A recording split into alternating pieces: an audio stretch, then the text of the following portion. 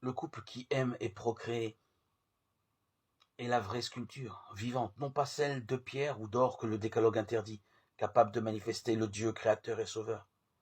C'est pourquoi l'amour fécond arrive à être le symbole des réalités intimes de Dieu. Genèse 1, 28.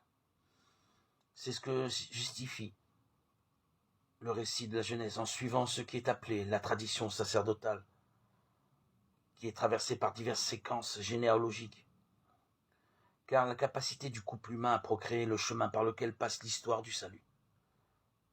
Sous ce jour, la relation féconde du couple devient une image pour découvrir et décrire le mystère de Dieu, fondamental dans la vision chrétienne.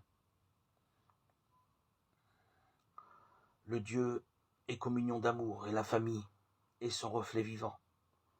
Les paroles nous éclairent. Notre Dieu, dans son mystère le plus intime, n'est pas une solitude, mais une famille, puisqu'il porte en lui-même la paternité, la filiation et l'essence de la famille, qu'est l'amour.